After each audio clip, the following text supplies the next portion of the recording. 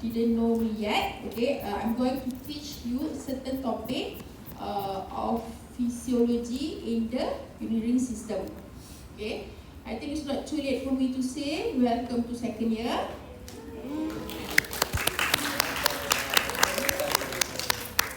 Alright, so I hope you guys start early, yeah.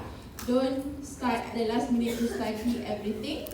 Alright, I still have nightmares when I'm sitting for my pro and I'm not prepared, and that was about 20 years ago.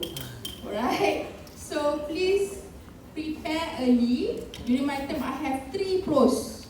You have 2 je kan? So I have 3 in USM, first year, third year and final year. So you are a bit lucky, I think, only 2 pros. But anyway, start early. Alright. So today I'm going to cover 3 lectures in this module. So I'm going to start off with body fluids and compartment. Alright. So if you pay attention to my lectures, and you will realize that things that I explained, that I repeated a few times, things that I highlighted, that is actually the one that is going to come up in your exam. Alright? If you notice from my previous lectures and even my previous recorded lectures, usually during PKP, you will notice that. So please pay attention for your own sake lah. Alright? So are we good to go? Yes. Anything you guys want to clarify? Right. So far, just to make sure, Justin, where are you? You are still the... Who? Khalid. Laju. Khalid. I didn't get that. How to spell it? K-A-L-I-Q. Okay. Who is that lucky person? Very bad. Alright. Khalid. Yeah, Khalid. Okay, Khalid. Alright. So, anything I contact Khalid Okay. Justin dah retired pencet. Alright. So, the one that is learning again this module, don't worry, this is something for you as a good foundation, okay? You have a strong foundation, okay? Don't worry. Alright, so let us start. I will try to finish off maybe 1.5 hours so you can have an early lunch. Okay. Alright, so today we're going to cover on this learning objective in terms of the regulation of the blood fluid. First slide ni, of body fluid. Okay, so in terms of various fluid compartment, the distribution, composition, maintenance, and you also going to discuss on the gain and loss of fluid from various compartments. And of course, we're going to look on the concept of osmolarity. Alright, these are the content of our lectures today. Not so much lah. Alright, so I'm going to start off with this diagram. I believe you've seen this diagram because I taught you this in human biology, kan? Yes. Okay. Alhamdulillah ada orang ingat lagi. So anyway, okay. Maybe I'm going to ask the same question. So somebody have to answer the same question. Alright, so I have the list of name here as always. Okay. So as you guys already know, okay, we have a different fluid, total body fluid for male and female. Okay, so for male we have 60% percentage of body fluid, whereby for female is 55%. Okay, out of the total body mass. Okay, so the percentage of body water depend on age and sex. Okay, age adult lah. Basically, we are not talking about pediatric yet. It's going to be a whole more complex subject. So anyway, this is we are talking about adult male. When we mention about the total the fluid compartment, we are talking generally about male lah. Alright. So do you know why women have low water percentage of body fluid? Do you know why? Can I hear from Aizra? Are you here? Aizra Putra, are you here? Okay. Alright, Aizra, why does female have a lower percentage of body fluid as compared to men? Female to male lah. Okay.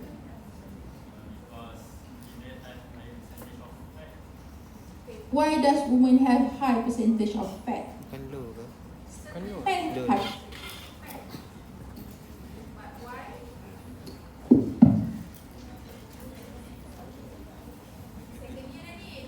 Doktor cakap pasal female. Maksudnya Kenapa, female Aizah? high percentage. Apa kelebihannya jadi seorang wanita? Wah. Apa dia? Low metabolism. Okay, it's not wrong, but why does they have all these different features as compared to male? Anybody want to help Aizra? Tak ada orang nak tolong. Kesianlah Aizra. Aizra, you state one name of your colleague that you think can help you to answer.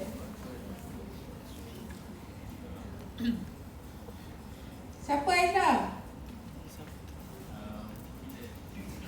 Siapa? Kuning?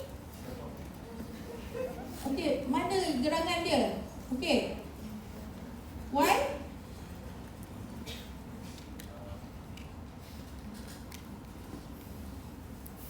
Cepat, nanti lecture jadi 2 jam. Saya nak sejam setengah je. Kau first slide ni. Soalan kebab lah. Why is it so? Siapa tadi? Puni? Mana Puni angkat tangan? Okey. Why?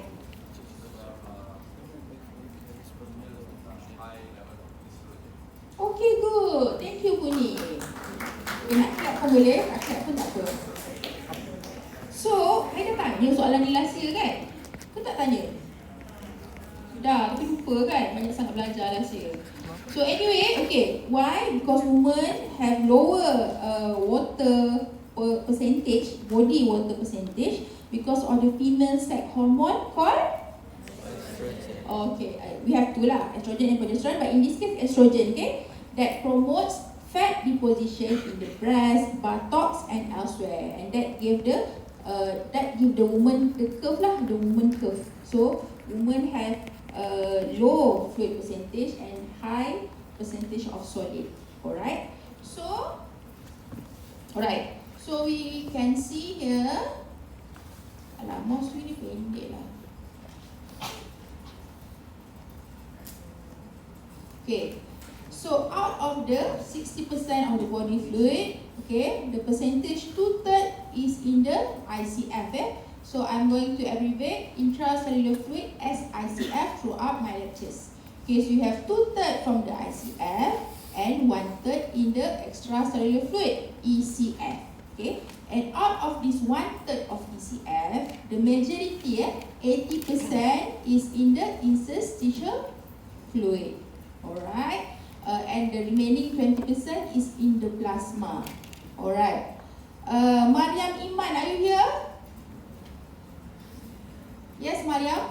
What does it mean by interstitial fluid? Where is it exactly?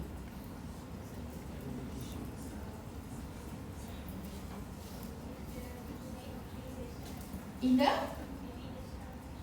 Okay, alright. So actually, thank you Maria. So interstitial fluid is the fluid in the spaces between the cell. Alright. So as you can see the picture here kan, we have here the blood capillary. This is the cell. So between the capillary and the cell is the interstitial fluid lah, compartment. Okay, interstitial fluid or compartment. Alright. So this is the interstitial fluid. This is the intracellular. Okay, nama dia intracellular, inside the cell. And this is the extracellular, outside of cell. So remember again, ECF consists of two portions which are Plasma. alah, tak menariknya. Okay, ingat ni, I cakap pada kali sebab keluar exam. Tak jawab, tak tahu. Okay, I don't know, you don't know the answer, I already tell my part. Alright, so other than the interstitial fluid and plasma, okay, the ECF also include lymph fluid and transcellular fluid. Okay, so what is lymph fluid? Okay, I don't want to ask anyone here, dah banyak dah. So lymph fluid is the fluid inside our lymph system, and this fluid will be returned from the interstitial fluid to the plasma by means of lymphatic system.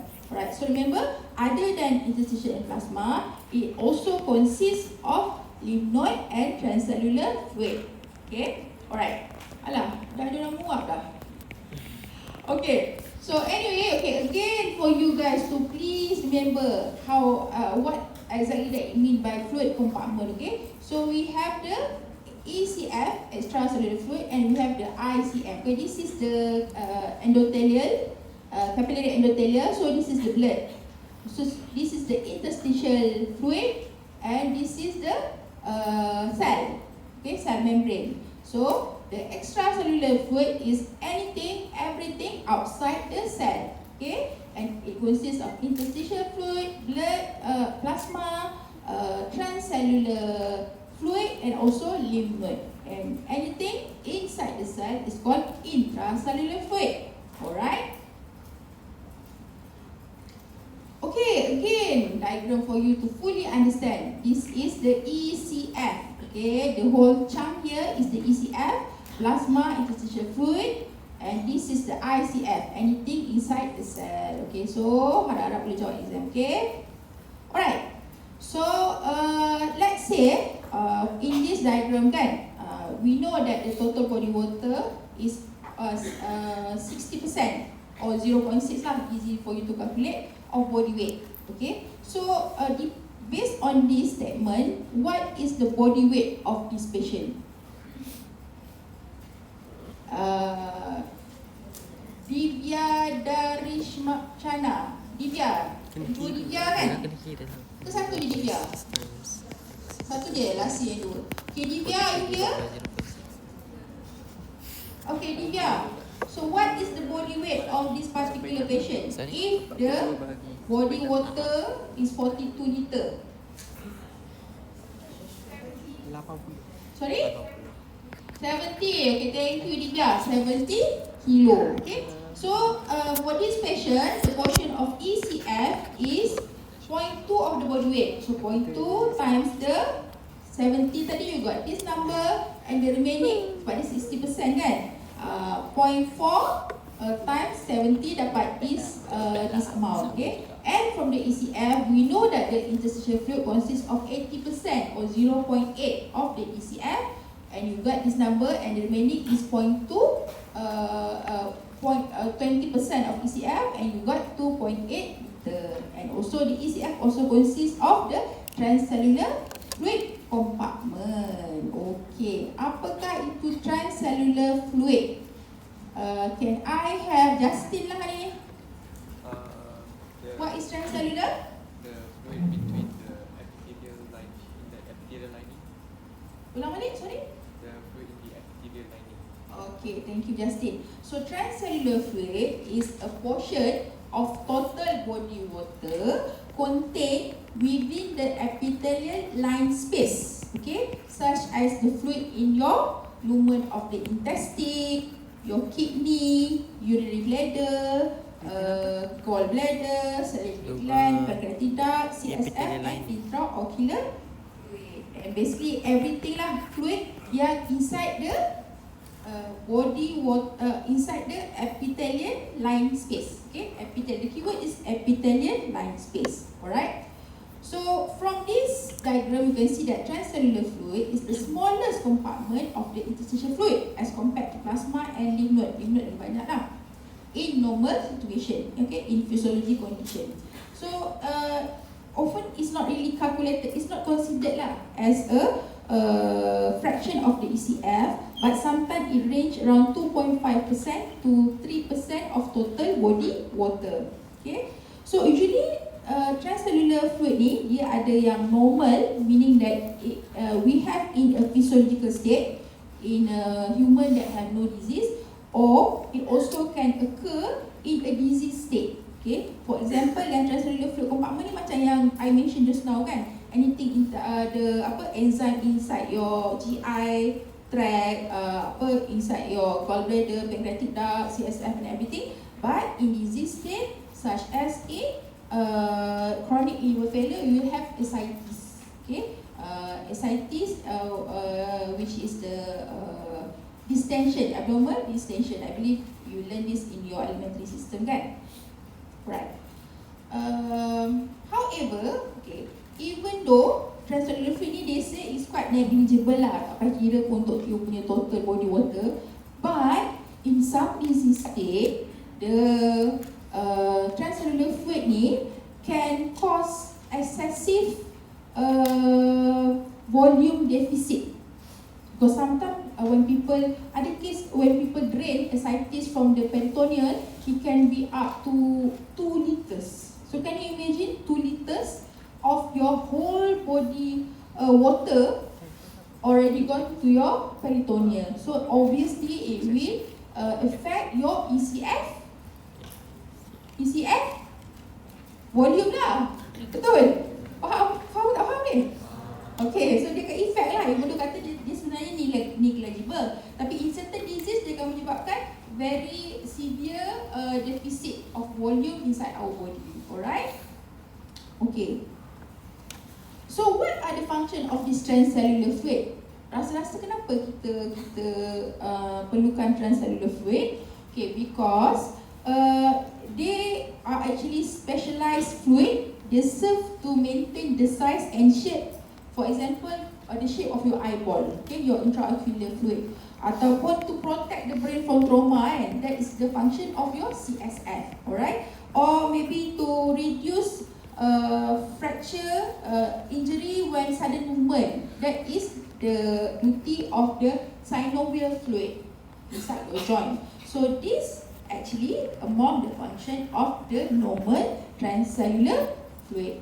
Alright? So next time when people ask, when I ask you lah in your exam kan, is transcellular fluid abnormal condition or normal condition? It can be both. It can be in physiological and it can be much severe in pathological condition. Okay? Jelas? Jelas eh? Okay, bagus. Alright. Okay, I explain this. This is the picture of severe ascites. In this condition, maybe we can drain up to 1 or 2 liter at least. Kalau dah this very distended kan, and you can see the kaput medusa. You know about kaput medusa? Yes. Kan, spider nevi kan, dia punya very tortuous, macam spider web. Bukan spider web, spider punya leg. Okay. Alright. Again, okay. This is in table if we have the total body weight of 42 liters, okay, the ICF will be 28 liters because they are 2/3 and ECF will be 1/3. Alright, and we also have the plasma interstitial fluid accounted for 20% of ECF for plasma and 80% or 0.8 for interstitial fluid, and we also have lymph fluid and transcellular fluid. Okay, now I'm going to give you a bonus question. This comes out in the pro last year. Okay, but it can come out, but obviously we have the different number lah. So, can you do the first question? And I give you 1 minute to do it. Can you see the question? Boleh nampak kan? Tak nampak, datang depan sikit. 1 minute And I will choose the lucky person lah, macam biasa.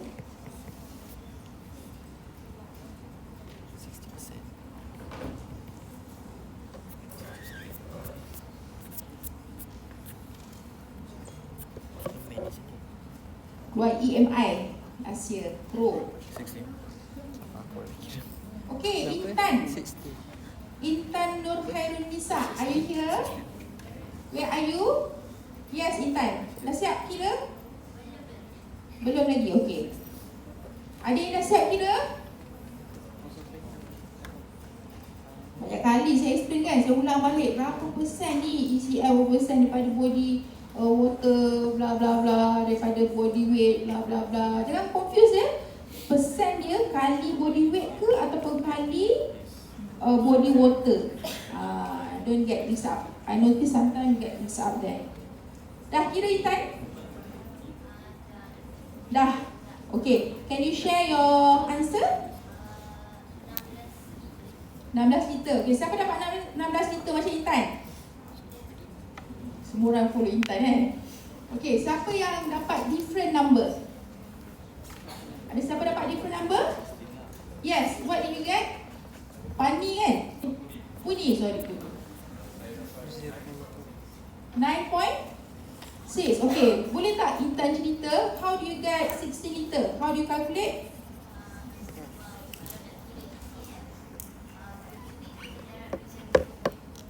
Okay, so how do you count? 80 kali 0.2. Kenapa 0.2?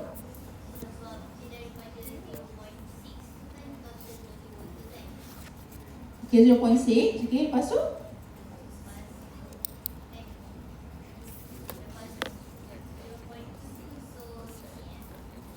.2 tu untuk ECF. Maksudnya dah simplify lah daripada yang 2/3, 1/3 tu. So you kali 0.2 Okay, how about you?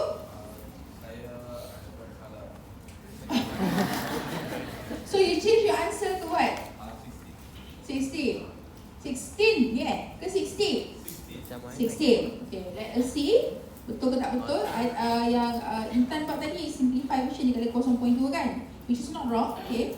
So how do you get 60 liter? That's the right answer. Okay. So as it explained here, the male have 60%, ICF 2/3, ECF 1/3, ISF 0.8. So how do you calculate ECF?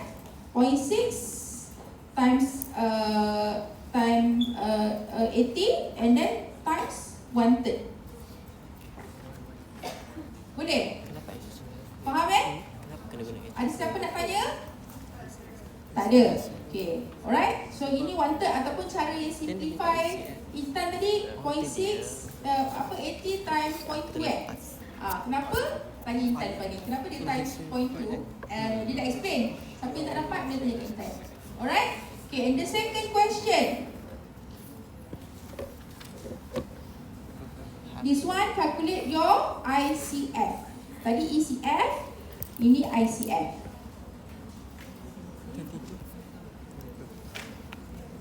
Kat atas sudah ada rumus kan? You ganti je sebenarnya. Jadi keluar EMI. Okay, dah siap?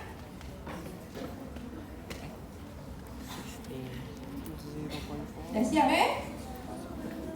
AD dah siap? Belum lagi. Siapa yang dah siap? Adam, are you here?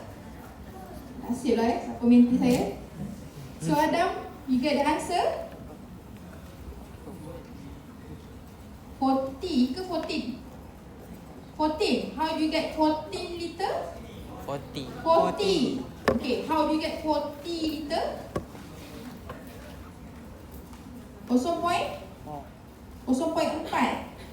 kali 100. You ikut cari Intan lah. Direct Okay, semua orang dapat jawapan sama dengan Adam ke? Siapa dapat sama dengan Adam? 40. Okay, siapa yang dapat berbeza? Tak ada.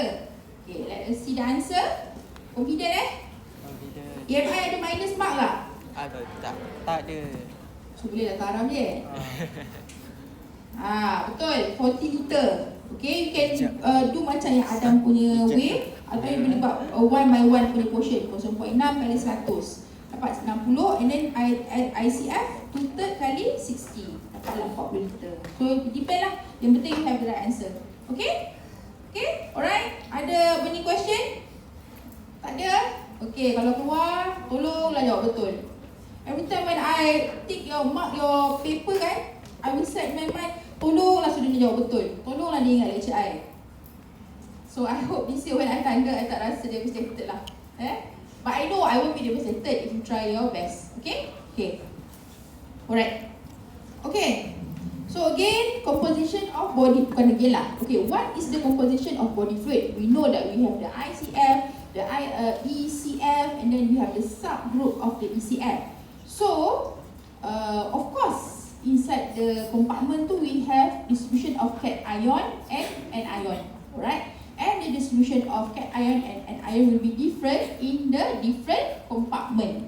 However, because plasma and interstitial fluid is in the same major compartment, which is the ECF, the value is quite almost the same. For example, sodium kan, plasma 153, interstitial is 145. Potassium 4.2, interstitial is 4.1. But as compared to ICF, it's going to be vastly different. Yeah, as you can see here, the sodium, the majority, the most cation in the ECF is the sodium, whereby in the ICF is the potassium. Okay.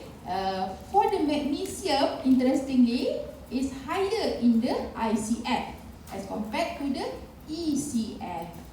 In terms of the chloride, okay, but in terms of the anion, okay, the highest anion in the ECF is the chloride, yeah, whereby for the ICF, others consist, others ni other than this thing lah, anion, okay, that consists the highest in the ICF. So if the question come out asking about certain fluid, let's say you have to compare the transcellular fluid versus the ICF, meaning you have to compare ECF versus ICF.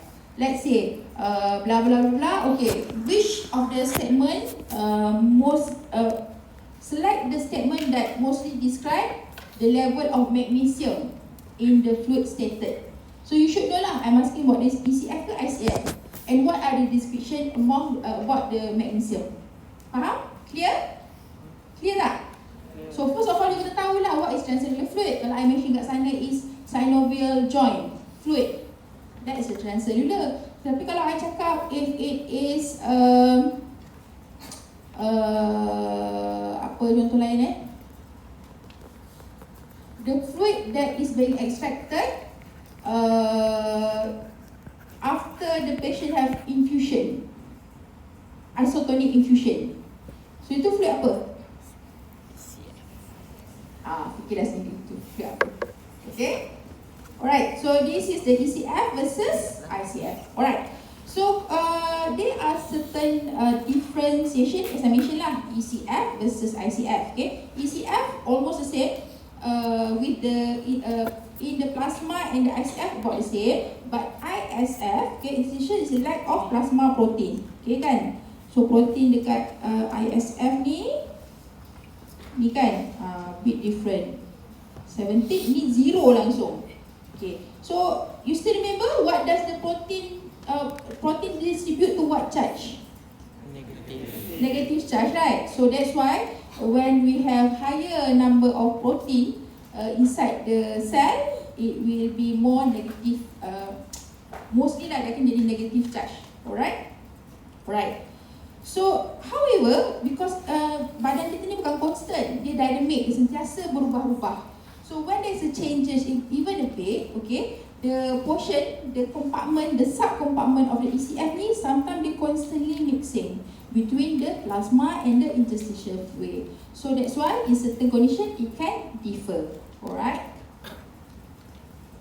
Alright, so why is there a major differences between the ECF and ICF? Yes, we understand. They are from the different compartment, but why is it different? So there must be a few reasons why. So the first reason is because, as I mentioned, the protein in the ICF, the protein in the ICF is forever there. It won't go out from the cell outside the cell. So because of the presence of the protein cell, okay, so it will always remain more negatively charged inside the cell because it cannot escape the cell. Okay, so the first reason is because of the protein in the ICF. The second reason is because there is unequal distribution of potassium and sodium, and of course certain of the anion yang follow together lah. Kalau sodium is chloride kan.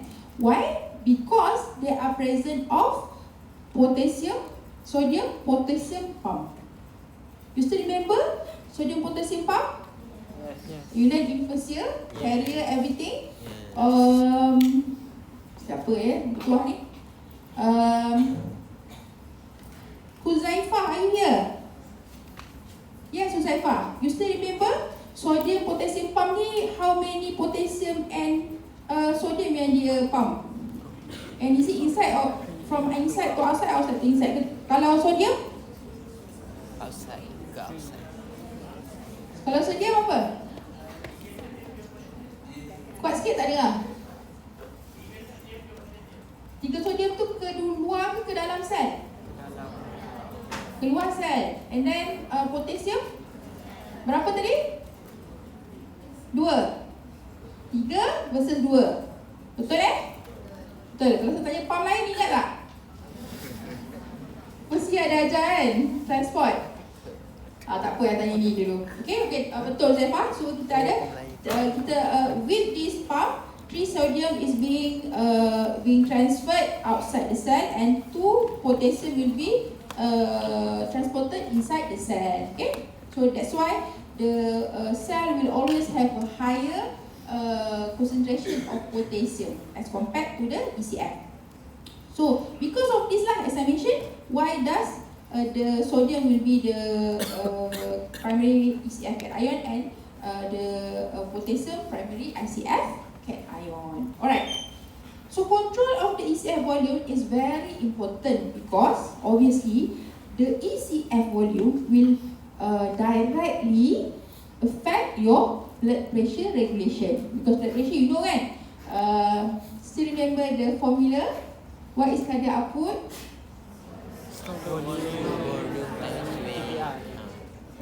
Dengan macam tu je. Syafika menti saya. Apa rumus ni? Rumus cardiac output.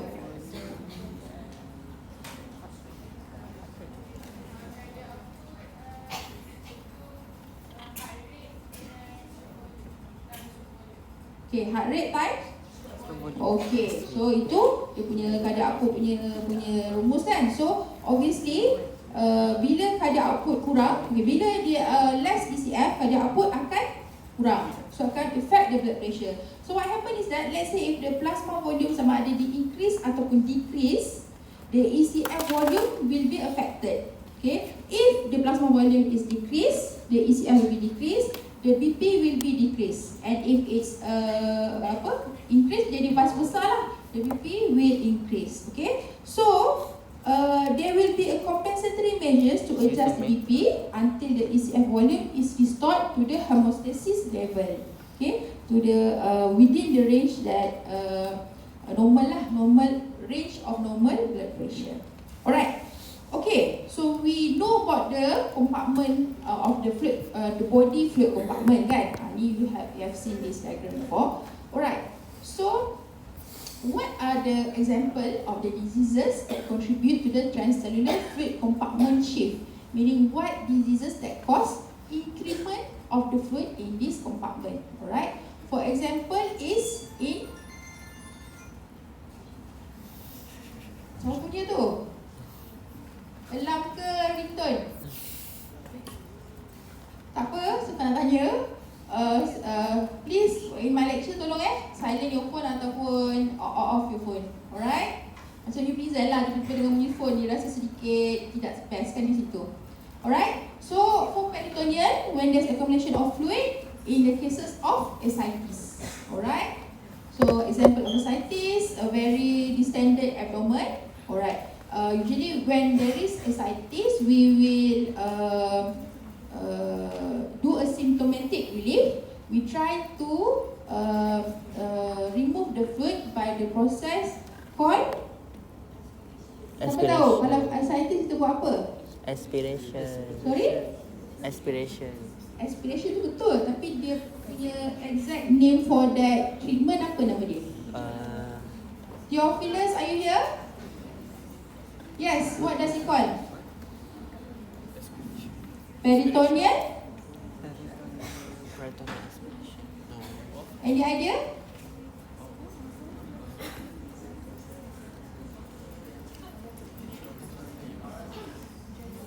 Okay, paracentis sebab ada dalam lecture note saya previous kan? Tapi what are the other name for that? Nama yang lagi famous for that? Torakul it's not in the peritoneal. Torakul dekat mana? Dural. Okay, so kalau peritoneal, idea? Tak, elementary mesti ada sebut ni. Kan? Abdominal? Paracentesis. It's not wrong. It's not wrong. Okay lah. The other name for it is called peritoneal tapping. Kalau dekat ward dia tak panggil paracentesis, abdominal paracentesis, but peritoneal tapping ataupun peritoneal tapping lah. Kita tak cakap banyak nanti confuse. Okay? Alright. So how do you elicit ascites when you are doing examination? There are present of apa examination yang kata jadi ascites? Apa dia punya test tu? Shifting? Dullness. So when you pekas, you are hearing dullness. Oh, sekolah nama pun shifting dullness kan? So it's a dullness, but when the patient move, it will shift lah. Okay? Because the presence of the fluid, the transcerebral fluid. Alright. So, tak tahu lah, during my time enhancement, I did peritoneal tapping ni almost every day. Memang ramai sangat yang ada case chronic liver disease. Yeah? Okay, so we become expert, don't worry. And then we have something called pleural effusion. Yeah? Alright, you learn this in elementary. Alright, elementary. Respiratory. Alright. So what is the call? The process called to remove the fluid from the pleura? Thoracocentesis. PBL kan? Okay, bagus ingat lagi. Ataupun kalau kata di dekat heart, it will become pericardial effusion. Kalau pericardial effusion, how do you drain the fluid? Any idea? Peri? Mesti nama dia Peri juga kan? Peri? Pericardiosynthesis. Alright, good job. Okay. So what happened here is the fluid accumulate within the pericardium site. Alright. Okay. So the first example is transcellular fluid punya shift compartment increase. Second is in edema. Edema can also occur in chronic liver disease, sometimes in heart disease. Heart right-sided ke left-sided? Untuk apa? Right-sided, confident? Okay. Okay, bagus. Okay, so what happened in edema is actually the ECF fluid will shift from the plasma to the interstitial space. Okay, so the fluid is both of the compartment is from the ECF, but it is changing in the sub-compartment from the plasma to the interstitial space. Why is it happening?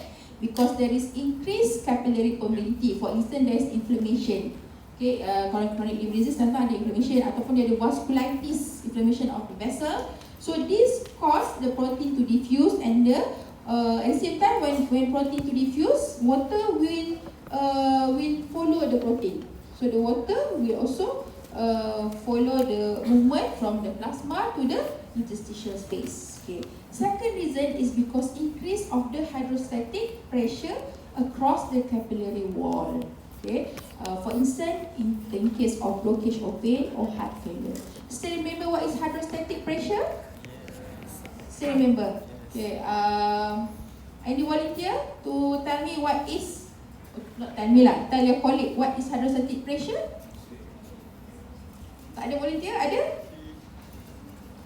Saya tanya soalan ni Dr. Yati bila nak lecture kan? Clarissa, are you here? Yes, Clarissa. What is hydrostatic pressure? Kau dah tengah hari, mesti tidur lah tak tanya. Saya tanya lah. Okay. Yes, Clarissa. What sikit? The pressure. Okay, it's the pressure. The pressure that... Sorry, tak dengar. Kuat sikit.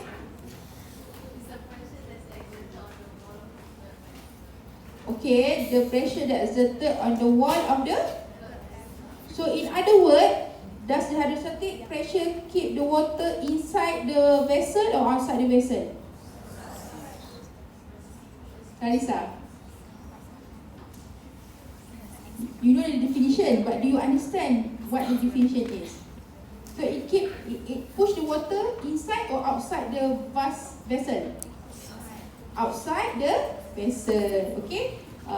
Having said that, oncotic pressure, Shazwina kan? Shazwina, is it your name? Shazwani, sorry. Shazwani, that is from my memory PBL. Okay. Kalau oncotic pressure, what is it?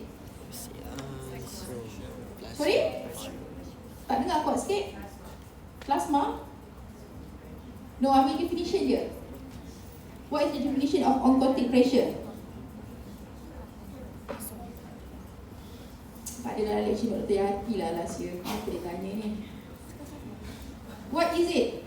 What is oncotic pressure? Sabar Dr. Yati. Aku tengah Google. Janganlah Google.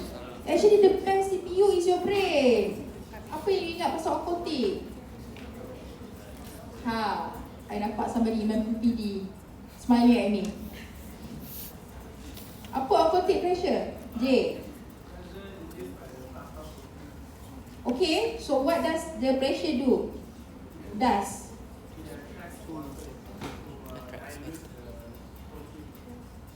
So in other words, does it make the fluid go inside the vessel or outside the vessel? Inside the vessel. Alright, itu yang penting. Jangan tertukar oncotic dengan hydrostatic. Alright? Okay. Ni diagram for you to fully understand lah kan. This is the vessel. This is the plasma inside the vessel. This is the ICF and this is the interstitial fluid. So, edema occur when the ICF is subcompartment movement from the plasma to from plasma to interstitial lah kan. Okay? Alright, so please remember that as well. Alright, so this is the example for ankle of edema. Ankle edema, okay. When you do the, what do you call the test for ankle edema? Pitting edema, good. Pitting edema, okay. Pitting edema, and then not only at the ankle, you can also do it dekat your shin kan. Which part of the shin you are pressing? The leg. Anybody? Tak ada idea. Which part of your shin? Your shin. Okay. Tak apalah. Okay, so when you do pitting edema, you can see kan, ada indentation yang akan normalize balik for after a few second, few minute lah kot. And what is this called? The scenario ni edema juga, but what do you call this edema? Sorry? Tak dengar? Yes, the green tudung, the turquoise tudung. Yes, periorbital edema. In what cases it can occur? Allergy, betul ada. Selain daripada allergy, kita tak banyak sangat soalan lah. Apa ni? Okay, selain daripada allergy, it can also occur in nephrotic or nephritic syndrome. Nanti you belajar dengan Dr. Fauzah. Yeah? Alright. Okay. I know this one is punya distension, kwashiorkor marasmus, severe malabsorption lah, dikurang protein and carbohydrate. Okay, so first we have the transcellular fluid compartment punya distribution. Second, we have edema. Third, we have what happen when we have isotonic infusion. Okay, first of all, when do we have isotonic fluid gain, fluid infusion? Any idea? Tak dengar lah. Tak siapa nak cakap. Low Yipe, where are you? Low Yipe? Low Yipe tak ada? Ada. Okay. So when actually you have isotonic fluid infusion? First of all, what is isotonic?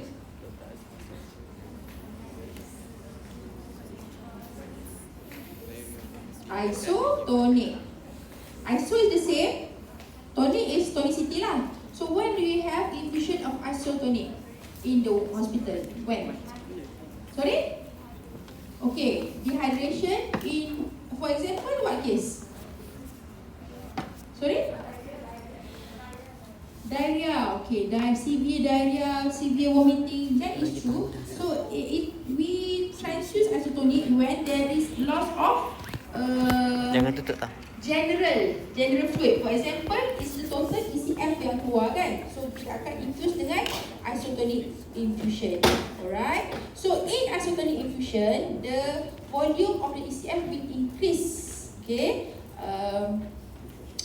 However, okay, because the ECF and ICF ni always sepatutnya dalam osmotic equilibrium.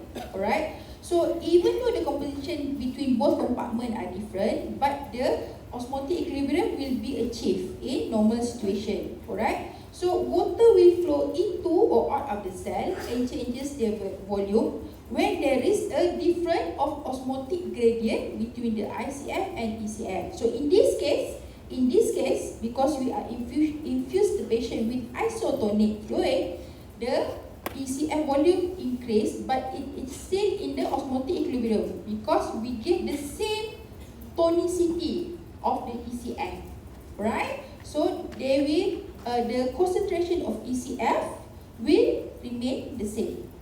There are no net shift and the water does not go into the cell intracellularly. So when we do the infusion, this is generally lah kan, not macam certain severe condition that then we have to think more lah. Mula-mula when we infuse isotonic fluid, so the water will go to the ECF and it will not interfere with the ICF. Okay, ini is generally when we infuse. Okay, how about isotonic fluid loss? Okay, for example, when you have hemorrhage secondary to motor vehicle accident, you have severe fracture of femur. Femur is the biggest bone in your body. So when there is a fracture, you will have heap of massive of blood loss. You will have hemorrhage. So the hemorrhage is actually a component of plasma, kan? Plasma is from the ECF. So there will be decrease of ECF. However, because the loss of the fluid is as a whole sum, so it is still isotonic. Alright, so that's why this hemorrhage is also called as isotonic fluid loss. And the same, similarly, ICF will not be affected and will remain the same. Alright. Okay, so we finish off in terms of the example of abnormal fluid compartment punya shift. Alright. So moving on to osmolarity. Right. What is osmolarity? Osmolarity is the concentration of the solute in a solution per unit of solution, usually millimole solute per liter of solution. Alright. Osmolarity is related to the number of particles found in the solution. So when two environments are isotonic, the total molar concentration of dissolved solute in both of the environment will be the same. Alright. So osmolarity is not the same as tonicity, even though both of the terms describe solution. But osmolarity always interchangeable with concentration or solute per volume of solution. So osmotic concentration, formerly known as osmolarity, is the measure of solute concentration defined as the number of osmol of solute per liter of solution. Itulah dia. Jangan pula macam chemistry. Okay, but enough for you to know lah. This is the unit used for measurement of osmolarity. Alright. Okay. Again, it is a measurement of the concentration of the individual solute particle dissolved in it. So kalau osmolarity, dia adalah individu particles, solute particle inside the solution. Okay, the particle itself. Alright. So what are the principles of osmolarity? So osmolarity can only be achieved if these rules are fulfilled, which are the first one, it depends on the number of particles in a volume of solution. I mentioned lah, osmolarity is about particle kan, solute of particle. It doesn't matter what the solute are, but it depends on the number of particles in the volume of solution. We can measure the osmolarity of a solution by itself. This is different in terms of tonicity. So kalau osmolarity, you can measure the osmolarity by the solution by itself. And we can compare the osmolarity of any two different solution if we know the osmolarity lah. Alright. For example, what is our body osmolarity? Anybody know? What is osmolarity of our body, human body? Tak tahu, lost kan? Okay. So our body osmolarity is 278 milliosmol. 278. Alright. That's why kalau kita infuse dextrose solution, 5% dextrose solution in the water, the osmolarity will it be more or less than our body osmolarity? More or less? Or other option? Any idea? Faham soalan saya? Okay. Our body osmolarity is 278 milliosmol. So when we infuse dextrose 5% solution for fluid replacement therapy, what the osmolarity should be if you want it to be isotonic as well? Tak faham? Tak dapat juga Okay. Our body punya osmolarity 278. Okay. So kalau kita nak infuse 5% dextrose to our ECF punya compartment, what is the osmolarity of the 5% dextrose that should be? Should it be higher, lower, or what? Same. Yes, it should be the same lah. Sebab kita nak dia ada dekat ECF juga. Kalau kita nak dia ada dekat ICF, then it's a different thing.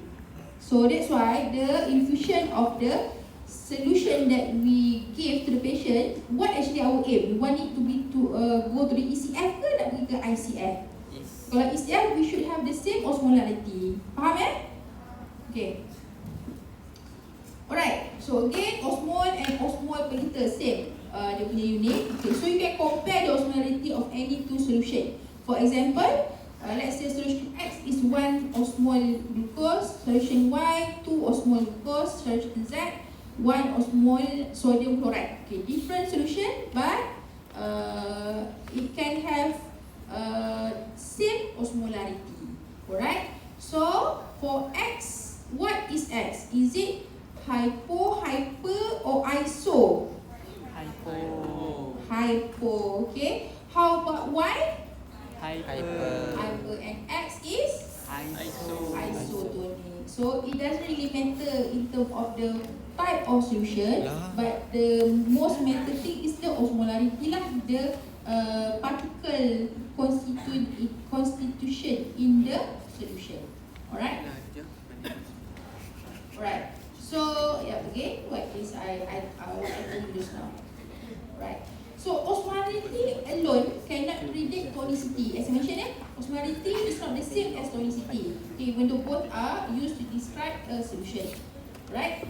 For the tonicity, for the osmolarity, the solute must be known lah. Kita tahu what is it.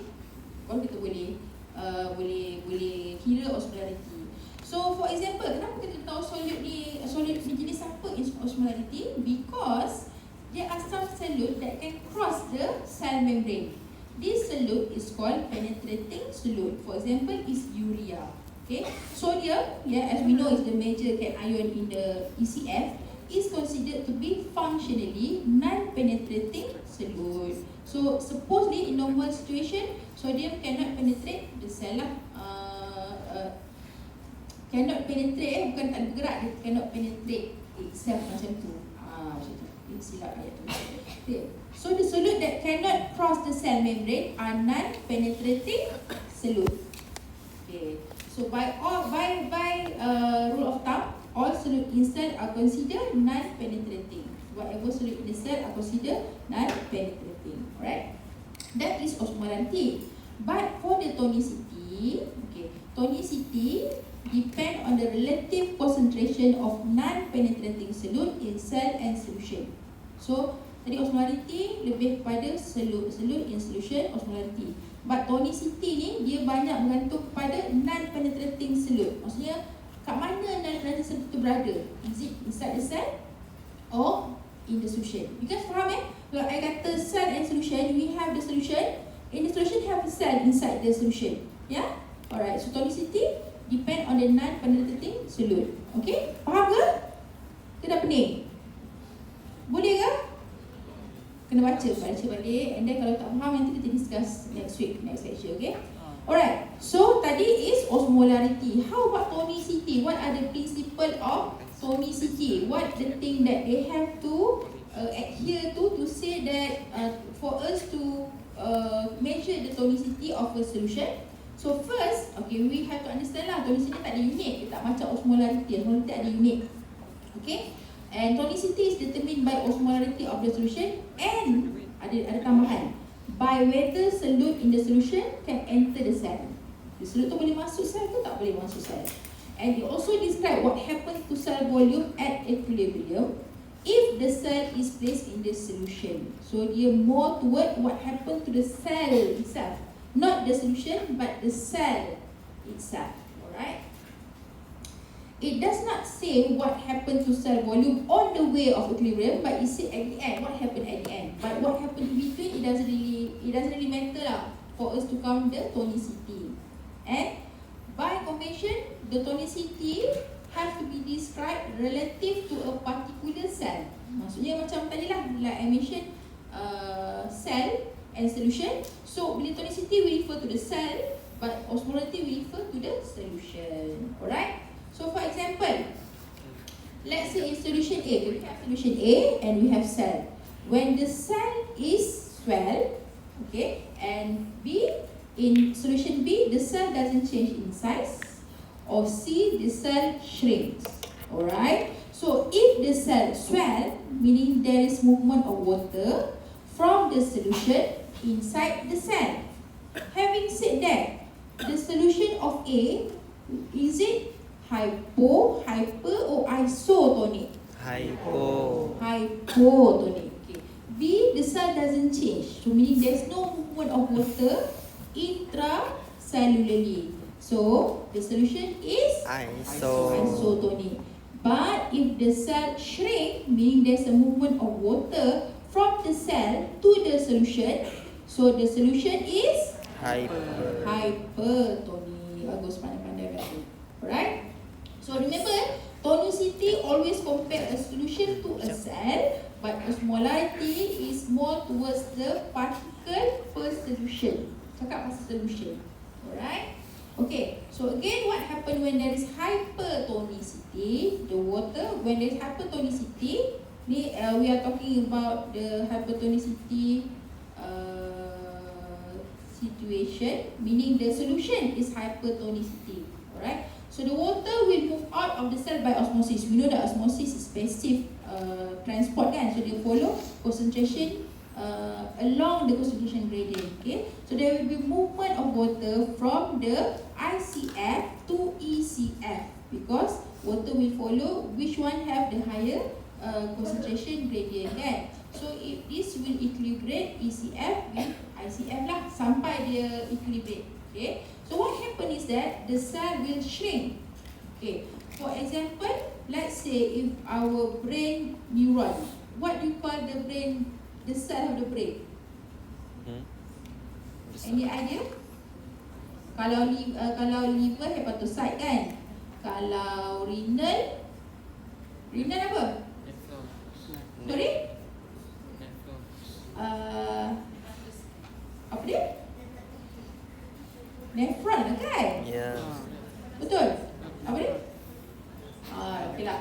Nephron lah. Okay, kalau katakan brain, dia panggil apa? Cell brain. Neurons. Sorry? Neuron. Tak apa, nanti saya belajar lagi spesifik cell brain tak apa nanti clear. Okay, so kalau katakan contohnya lah, kalau katalah patient ni ada concussion, okay, ada brain trauma. So bila ada brain trauma, dia katalah dia ada macam motor vehicle accident, dia ada multiple injury, dia ada loss of fluid, dia ada hemorrhage. So kita nak transfuse isotonic fluid. Okay, isotonic fluid. Okay, to add up for the ECF volume sebab ada massive hemorrhage. But at the same time, tiba-tiba dia punya brain tu pula perlukan glukos. Sebab kata dia tak makan lah, dia tak makan dah for what 3 days kan. Oh, kita risau ni, houseman ni dekat ward.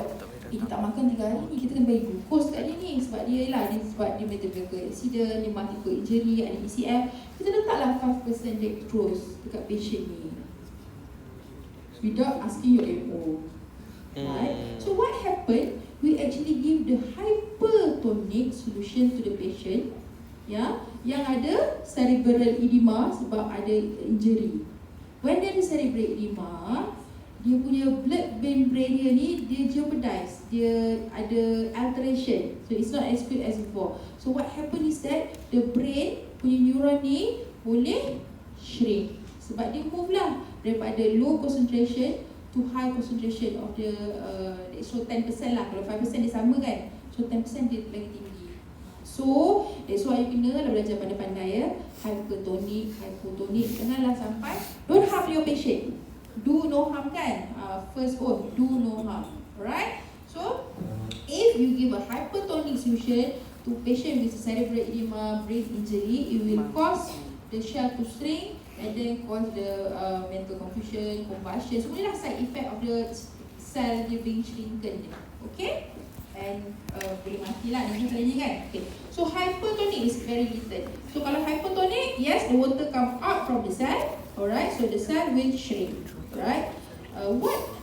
Itu adalah hypertonic. Kalau hypotonic, meaning that we have a concentration of tonicity of solution is decreased as compared to the cell, less than compared to the cell. So it can caused by overhydration, such as in renal failure. Okay, when you have a complete chronic renal failure, we cannot excrete dilute urine when they consume relatively more water. So even though they have they drink a lot of water, the renal cannot compensate to excrete dilute urine. So the patient will be overhydrated. Sebab dia punya nephron dah rosak kan, tak boleh nak absorb, tak boleh nak keluarkan yang urine yang banyak tu, dilute punya, bukan concentrate tak payah dilute. Or maybe if we drink too much water too fast and too much in healthy people, kidney cannot respond quickly enough to infiltrate. Oh, there's so many water, there's increased ECF, so I have to excrete more water. So I think a few months ago ada TikTok challenge ke, drink as much as you can in 1 minute ke apa. Yeah. I can't remember lah TikTok ke whatever the social med, but this is very dangerous they thought is harmless, but it can actually lead to overhydration, and then it boleh jadi tiba-tiba high BP and everything. Okay, so when you want to do a challenge, make sure you know the pro and cons lah, Or in case of syndrome of inappropriate vasopressin, or SIADH, the patient, whereby there is inappropriate secretion of the vasopressin hormone. Vasopressin, the other name is?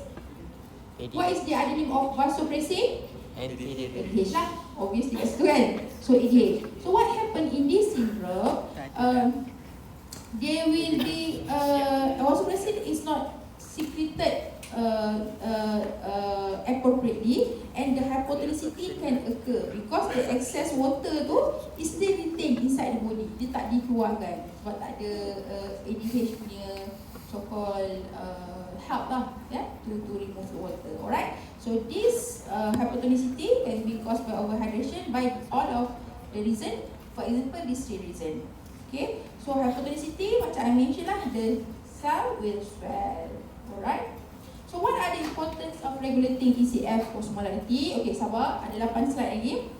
Okay, what are the importance of regulating the ECF osmolarity? Okay, any loss or gain of free water without comparable fluid deficit or excess will lead to changes in ECF osmolarity. So basically, kalau you hilang air ataupun you tambah air, akan mengganggu ECF punya osmolarity. Alright. Kalau katalah kurangnya water in your ECF, the solute will become too concentrated and the ECF osmolarity will increase and the ECF will be hypertonic. Hypertonic. Okay. Because osmolarity ni yang regulate kan, in homeostasis, in macam orang kata equilibrium, cell won't shrink and won't swell. Okay.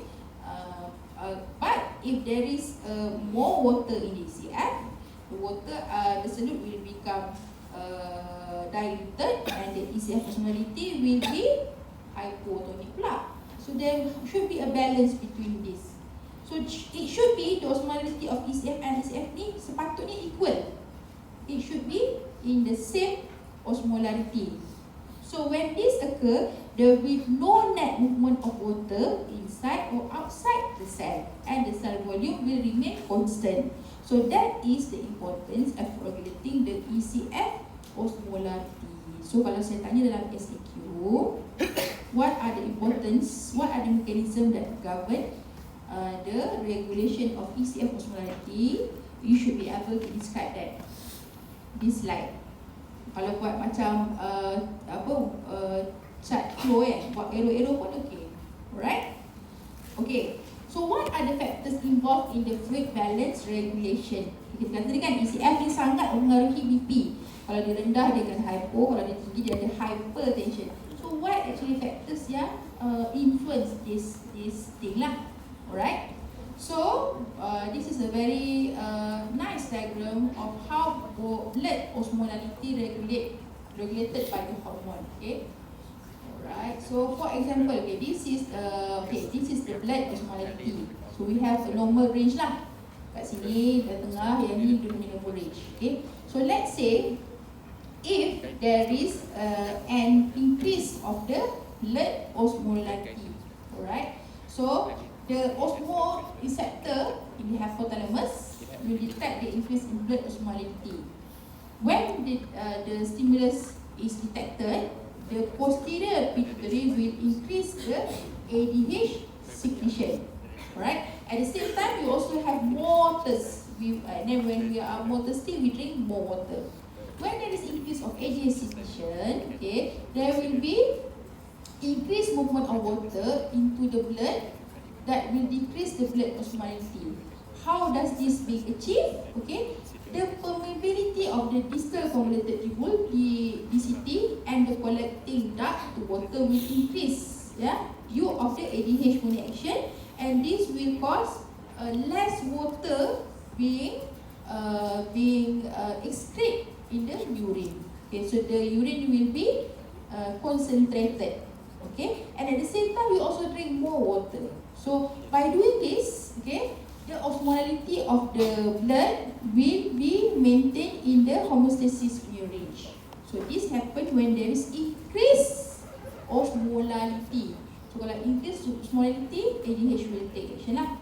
Kalau dikatakanlah dia punya blood osmolality ni decrease, ya, so the osmoreceptor detect there is a decrement of the blood osmolality, the posterior pituitary decrease ADH secretion, kita pun tak ada rasa dahaga sangat, biasa je. So there will be a reduced movement of water into the blood. Okay, that will increase the blood osmolality. So how does this occur? Because the permeability of the DCT and collecting duct to water to decrease, and more water is lost in urine. So your urine will be more diluted, and at the same time kita tak drink so much of water. And by doing this, the blood osmolality will be maintained within the homeostasis punya range. Is it clear? Clear, ya? Okay, bagus. Alright. Osmolarity. Alright. So again, this is a very cute table. Okay. So this is a regulated variable. What are the importance, what the outcome, and the regulation mechanism. So there are two variable. Either it is the variable of ECF volume dia yang alter, ataupun ECF osmolarity yang alter. If it is ECF volume, okay, the importance of course lah, I mentioned banyak kali kan, in terms of the arterial blood pressure punya regulation.